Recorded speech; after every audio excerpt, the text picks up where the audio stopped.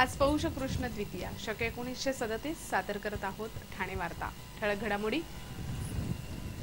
67वा प्रजासत्ताक दिन उत्साहात साजरा। ठाणे पोलीस आयुक्तालयातील 7 अधिकारी कर्मचाऱ्यांना उत्कृष्ट सेवेची पोलीस पदक जाहीर आणि प्रलंबित देणी मिळावीत म्हणून करण्यात आलेल्या परिवहन सेवा कर्मचाऱ्यांच्या सामूहिक रजा आंदोलनाला संमिश्र प्रतिसाद। या आणि इतर घडामोडी विस्तृतपणे पण काही क्षणातच। ठाणे वार्ता पहा श्रीस्थानक वाहिनीवर। आता सकाळी 9:15 पासून रात्री 9:15 पर्यंत ठाणे वार्ता, ठाण्यातील पहिलं दृकश्राव्य माध्यम। श्रीस्थानक वाहिनी ठाण्याची स्वतःची वाहिनी।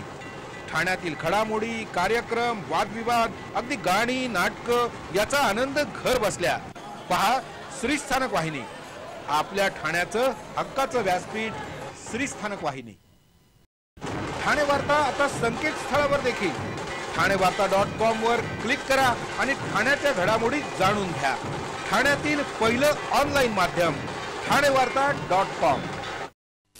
नमस्कार मंडळी, दर रविवारी पाहायला विसरू नका। नमस्कार मंडळी, आपल्या प्रश्नांचं थेट उत्तर। ठाणे वार्ता पहा श्रीस्थानक वाहिनीवर। आता सकाळी 9:15 पासून रात्री 9:15 पर्यंत ठाणे वार्ता, ठाण्यातील पहिलं दृकश्राव्य माध्यम। भारताचा 67वा प्रजासत्ताक दिन आज ठाणे जिल्ह्यात सर्वत्र उत्साहात साजरा झाला। जिल्ह्यातील मुख्य शासकीय सोहळा पोलीस क्रीडा संकुलात झाला।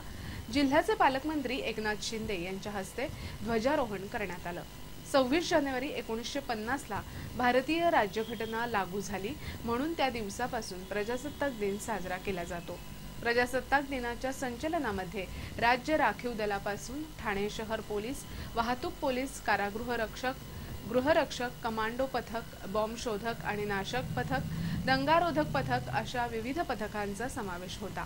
ध्वजारोहणानंतर पालकमंत्र्यांच्या हस्ते उत्कृष्ट कामगिरी करणाऱ्या आणि पोलीस तसंच राष्ट्रपती पदक जाहीर झालेल्या पोलीस अधिकारी कर्मचाऱ्यांचा, गुणवंत खेळाडू, स्काउट गाईडचे विद्यार्थी तसंच शासकीय अधिकारी यांचा पालकमंत्र्यांच्या हस्ते गौरव करण्यात आला।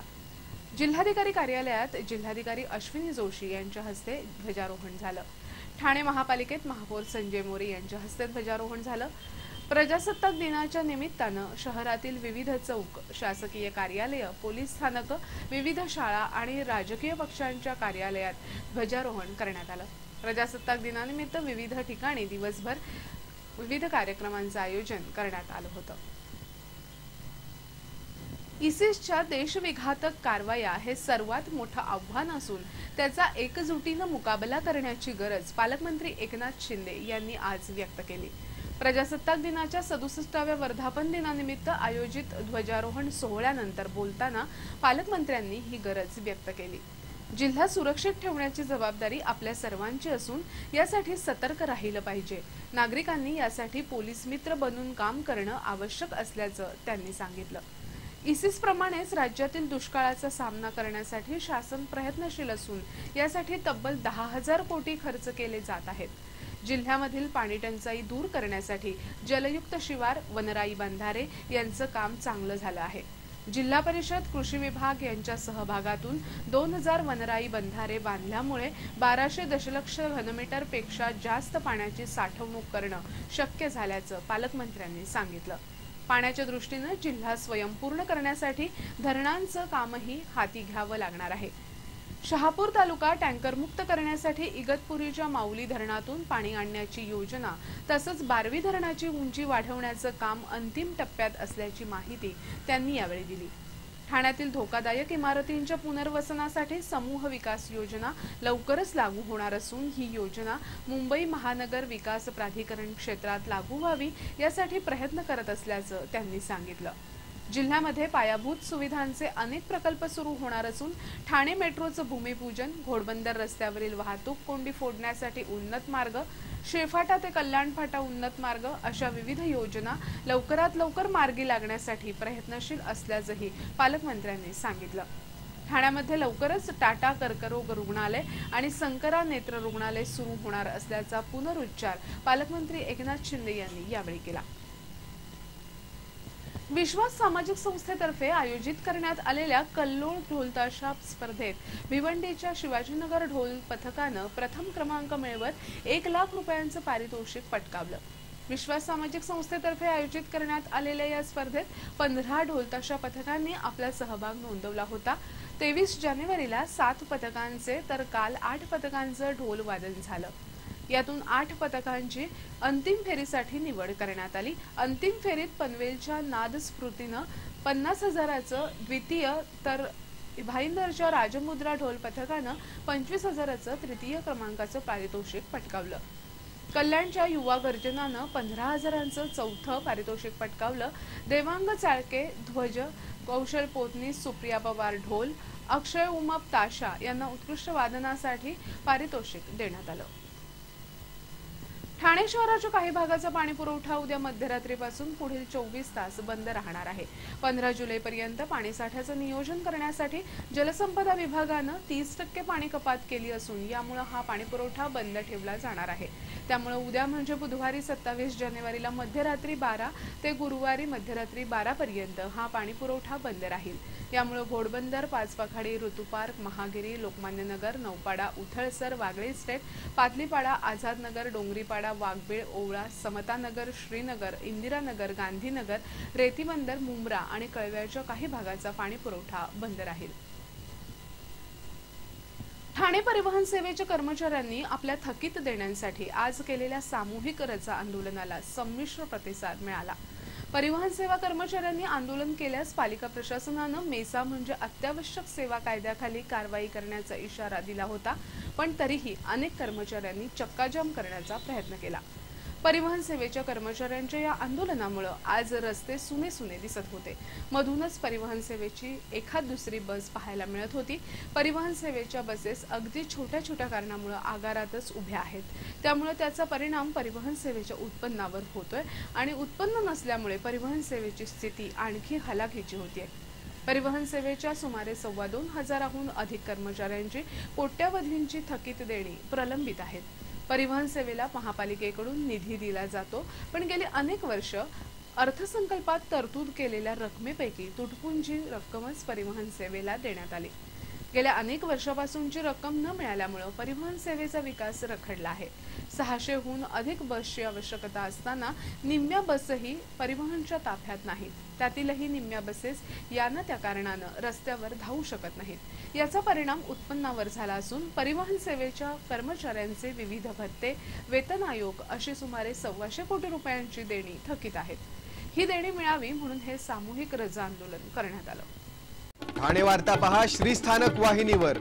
आता सकाळी 9:15 पासून रात्री 9:15 पर्यंत ठाणे वार्ता, ठाण्यातील पहिलं दृकश्राव्य माध्यम। आपला परिसर स्वच्छ आणि सुंदर ठेवण्यासाठी ठाणे महापालिकेत सहकार्य करा। ओला सुका कचरा वेगवेगळा जमा करा आणि रोगराईपासून मुक्तता मिळवा। ठाणे वार्ता आता संकेतस्थळावर देखील ठाणेवार्ता.com वर क्लिक करा आणि ठाण्याच्या घडामोडी जाणून घ्या। ठाण्यातील पहिलं ऑनलाईन माध्यम ठाणेवार्ता.com। डॉक्टर आणि रुग्णांचं पिढ्यानपिढ्यांचं जिव्हाळ्याचं नातं म्हणजेच डॉक्टर बेडेकर हॉस्पिटल आता अत्याधुनिक सोयी सुविधा आणि तंत्रज्ञान युक्त वंध्यत्व निवारण केंद्रात IVF आणि टेस्ट ट्यूब बेबीची ही सुविधा। डॉक्टर बेडेकर हॉस्पिटल, महर्षी कर्वेपथ, ठाणे। 65 वर्षांची निरंतर सेवा। ठाणे वार्ता पहा श्रीस्थानक वाहिनीवर। आता सकाळी 9:15 पासून रात्री 9:15 पर्यंत ठाणे वार्ता, ठाण्यातील पहिलं दृकश्राव्य माध्यम। युवक युवतींनी आपल्याला मिळालेल्या मतदानाचा अधिकार जनजागृतीसाठी वापरावा आणि कर्तव्य भावनेतून मतदान करावं असं आवाहन जिल्हाधिकारी अश्विनी जोशी यांनी काल केलं। राष्ट्रीय मतदार दिन बेडेकर महाविद्यालयात साजरा करण्यात आला, त्यावेळी त्या बोलत होत्या। निवडणूक आयोगाची स्थापना झाली तो दिवस मतदार दिन म्हणून साजरा केला जातो। मुंबई, ठाणे या शहरी पट्ट्यात लोकसंख्या जास्त असली तरी मतदानाचं प्रमाण कमी आहे, ते वाढलं पाहिजे असं सांगून युवक युवतींनी परिवर्तन करण्यासाठी आपल्याला मिळालेला हा अधिकार आहे असं समजून मतदान करावं असं आवाहन त्यांनी केलं। देशामध्ये छायाचित्रासह मतदार यादी असण्यात जिल्ह्याचा दुसरा क्रमांक असल्याचंही जिल्हाधिकाऱ्यांनी यावेळी सांगितलं। यावेळी विविध मान्यवरांच्या हस्ते निबंध, रांगोळी, वादविवाद स्पर्धा यात प्रावीण्य मिळवलेल्या विद्यार्थी विद्यार्थिनींचा प्रशस्तीपत्रक देऊन गौरव करण्यात आला। हॅपी व्हॅली ते टिपूजीनीवाडी या रस्त्याच्या डांबरीकरणाचा शुभारंभ अलीकडेच पालकमंत्र्यांच्या हस्ते करण्यात आला। हॅपी व्हॅली ते टिकुजिनीवाडी हा 500 मीटरचा रस्ता वनविभागाच्या परवानगी अभावी दुर्लक्षित होता। पालिका आयुक्तांनी वनविभागाशी पाठपुरावा करून या रस्त्याच्या दुरुस्तीसाठी डिसेंबर महिन्यात परवानगी मिळवली होती। त्यानंतर या रस्त्याची दुरुस्ती हाती घेण्यात आली। त्यासाठी 1.25 कोटींचा खर्च असून 1 महिन्यात या रस्त्याचं डांबरीकरण पूर्ण केले जाणार असल्याचं पालिका आयुक्त संजीव जयस्वाल यांनी सांगितलं। मानपाडा येथील मुल्लाबाग परिसरातील निसर्ग उद्यानाकडे जाणाऱ्या रस्त्याचं रुंदीकरण करण्याचा निर्णय पालिका आयुक्त संजीव जयस्वाल यांनी घेतला आहे। मानपाड्यातील या निसर्ग उद्यानाचे स्थानिक आमदार प्रताप सरनाईक यांच्यासह महापालिका आयुक्तांनी पाहणी केली। त्यानंतर त्यांनी हा निर्णय घेतला। मानपाडा परिसरात मुल्लाबाग इथे महापालिकेचं सुमारे 11 एकर परिसरात निसर्ग उद्यान आहे। या उद्यानात जॉगिंग ट्रॅक, एम्पी थिएटरसह अनेक सोयीसुविधा निर्माण करण्यात आल्या आहेत। पण या निसर्ग उद्यानाकडे जाणारा रस्ता अरुंद असल्यानं या उद्यानाकडे फारसं कोणी फिरकत नाही। या पार्श्वभूमीवर पालिका आयुक्तांनी शहर विकास विभागाच्या अधिकाऱ्यांसह या उद्यानाची पाहणी करून उद्यानाकडे जाणारा रस्ता 30 मीटरपर्यंत रुंद करण्याचा निर्णय घेतला आहे। जिहादसाठी तरुण हेरायचे आणि त्यांची माथी भडकावत त्यांना इसिसमध्ये सहभागी करून घ्यायचं हे मुदब्बिर शेखचं काम त्याची पत्नी उजमाला मान्य नव्हतं। मात्र कुराणातच इस्लाम धर्म वाढवावा असं सांगितल्याची बतावणी करून तो आपल्या पत्नीचा विरोध मोडून काढत असल्याचं राष्ट्रीय सुरक्षा पथकाच्या तपासात उघड झालंय। मुदब्बिर शेख हा मूळचा सातारचा, त्याचा उजमाशी विवाह झाला। त्यानंतर तो मुंब्रा येथील अमृतनगर भागात राहू लागला। वेब डिझायनिंगचा कोर्स केल्यामुळे ही कामं करतानाच त्याचा इसिसशी संपर्क आला। त्यानंतर त्यानं इसिसचे विचार युवकांमध्ये बिंबवण्याचा प्रयत्न केला। त्याचं काम पाहून त्याला थेट भारतातील मुख्य कमांडर करण्यात आलं। त्यामुळेच तो थेट सिरियातील इसिसच्या म्होरक्यांशी संपर्कात होता। त्याला हवालामार्फत पैसे मिळू लागले। सामाजिक संकेतस्थळाचा वापर करून युवकांची माथी भडकवायची, त्यांना आत्मघाती हल्ल्यासाठी तयार करायचं, इसिसमध्ये त्यांना भरती करायचं आणि यासाठी लागणारी सर्व व्यवस्था करायची अशी कामगिरी त्याच्यावर सोपवण्यात आली होती। संगणकावरील अतिरेकी संघटनांची चित्र पाहून त्याच्या पत्नीच्या मनात शंका निर्माण झाली होती। पण त्यानं कुराणाचा आधार घेऊन तिची समजूत काढली। फेसबुक आणि व्हॉट्सअपद्वारे त्याचं हे काम सुरू होतं। इसिसमध्ये भरतीसाठी तयार झालेल्या युवकांना पैसे देणं, त्यांना प्रशिक्षण देण्याची व्यवस्था करणं अशी कामं त्याच्याकडे सोपवण्यात आली होती। गेल्या 1 वर्षापासून राष्ट्रीय सुरक्षा पथक त्याच्या मागावर होतं। त्याच्या अतिरेकी कारवायांचा भक्कम पुरावा हाती लागल्यानंतरच त्याला पकडण्यात आलं। ठाणे पोलीस दलात उत्कृष्ट सेवा बजावणाऱ्या 4 पोलीस अधिकाऱ्यांना राज्य शासनाचं विशेष सेवा पदक, तर एका अधिकाऱ्यास उल्लेखनीय कामगिरीबद्दल आणि 2 अधिकारी कर्मचाऱ्यांना गुणवत्तापूर्ण सेवेबद्दल राष्ट्रपती पदक जाहीर झाले। गुन्हे शाखेचे सहाय्यक पोलीस आयुक्त नागेश लोहार यांना उल्लेखनीय कामगिरीबद्दल राष्ट्रपतींचं पोलीस पदक जाहीर झालं आहे। तर गुणवत्तापूर्ण सेवेबद्दल गुन्हे अन्वेषण शाखेतील पोलीस उपनिरीक्षक मोतीलाल पाटील आणि कापूरबावडी पोलीस ठाण्यातील हवालदार तुकाराम बांगर यांना राष्ट्रपती पदक जाहीर झाले। पोलीस सेवेत उत्कृष्ट कामगिरी करणाऱ्या अधिकारी कर्मचाऱ्यांना दरवर्षी प्रजासत्ताक दिनी विशेष सेवा पथकानं सन्मानित केलं जातं। ठाणे पोलीस आयुक्तालयातील उल्हासनगरचे पोलीस उपायुक्त वसंत जाधव, डायघर पोलीस ठाण्याचे सहाय्यक पोलीस निरीक्षक सुनील वाघ, गुन्हे अन्वेषण विभागाचे अशोक भंडारे आणि मुख्यालयातील सहाय्यक पोलीस निरीक्षक व्यंकटेश आलेवार अशा 4 अधिकाऱ्यांना राज्य शासनानं विशेष सेवा पदक जाहीर केले। या 4 अधिकाऱ्यांनी यापूर्वी ठाण्याबरोबरच चंद्रपूर, भंडारा, गोंदिया अशा नक्षलग्रस्त भागात विशेष कामगिरी बजावली आहे। त्यांच्या याच कामगिरीची दखल घेत राज्य शासनानं त्यांचा हा सन्मान केला आहे। या सर्वांचा पालकमंत्र्यांच्या हस्ते सन्मान करण्यात आला।